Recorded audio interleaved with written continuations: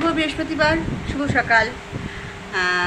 এখন অনেকটাই বেলা হয়ে গেছে, শুভ সকাল বলতে গেলে প্রায় 10:30 বেজে গেছে। যাই হোক, আমার পুজো টুজো সব হয়ে গেছে, বেচালি করে পুজো হয়ে গেছে, সমস্ত কাজ হয়ে গেছে। ওদিকে ভাত হয়ে গেছে। আমি এবার সবজি কাটতে বসেছি। বন্ধুরা, কি রান্না করব দেখি, কাটতে কাটতে কি মনে করি।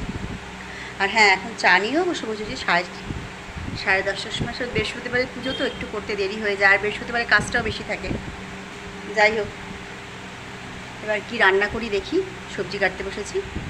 এগুলো ভিজিয়ে রেখেছি, একবার ধুয়ে নিয়েছি, আবার ভিজিয়ে রেখেছি। এখানে এই যে সবজি আছে, এখানে সবজি আছে, দেখি কি রান্না করি। এখানে পটল আছে, বেগুন আছে, ঝিঙে আছে।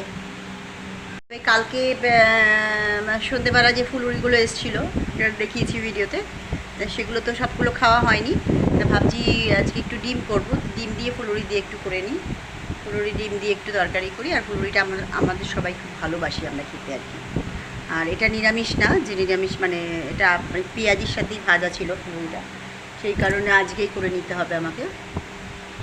তো ডিম দিয়ে ফুলুরি দিয়ে তরকারি করি, এদিকে ভেন্ডি ভাজবো, ডাল করব, আর কি করি দেখি। আর মনে হয় না কিছু করব, কারণ আর বেশি কিছু করলে সে খেতেও চায় না, থেকে যায়। এই রান্না করব আজকে। বন্ধুরা, এখানে আমি এই ভেন্ডি আলু দিয়ে সর্ষে বাটা পোস্ত বাটা দিয়ে একটু ঝাল করছি। আর এখানে আমি এই যে ভেন্ডি ভাজা বসিয়েছি। বন্ধুরা, এই যে রান্না হয়ে গেছে। এই যে এখানে ভেন্ডি আলু দিয়ে ঝাল মানে সর্ষে পোস্ত বাটা দিয়ে করেছি। এখানে ভেন্ডি ভাজা, এখানে আছে ডিম আলু দিয়ে আর ওই ফুলুরি দিয়ে তরকারি আর ডাল। এই হচ্ছে আজকে দুপুরের খাবার। বসে যাবে খেতেও, স্নান করে চলে এসছে। চলে আসো, বসে পড়ো।